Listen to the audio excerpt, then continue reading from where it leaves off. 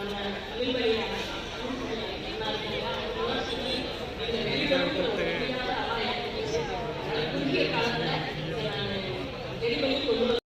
நல்லா இருக்கிற எழுதி இருக்கிறது எனக்கு ஒரு பிரம்மை இருந்துச்சு.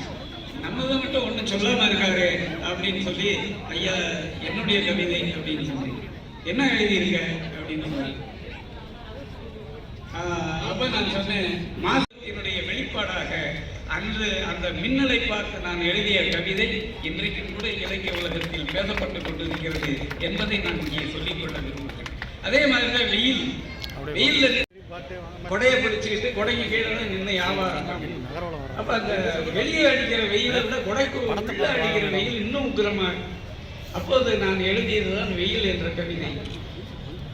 நெட்டுயிர்த்த கனவலைகள் என்ற அந்த கவிதை ஆரம்பமாகும். ஆனா கடைசி 3 வரிகள் இப்படி முடியும். சாலை ஓரத்து சிறுகடை முதலாளி. முதலாளிங்கிறது இன்வெர்டட். ஏன்னா சாலை ஓரத்துல ஒரு கடல் பகுதியை வச்சு விற்கிறவன் எப்படி முதலாளியாக முடியும்? அவன் விற்பனை கூலி. சாலையோரத்து சிறுகடை முதலாளி. புத்தக சோலை இது, நினைத்தாலே இனிக்கும் சிலவற்றில் முதன்மையானது நூலகம். படிக்கும் அறை. நினைத்தாலே இனிக்கும் சிலவற்றில் முதன்மையானது நூலகம்.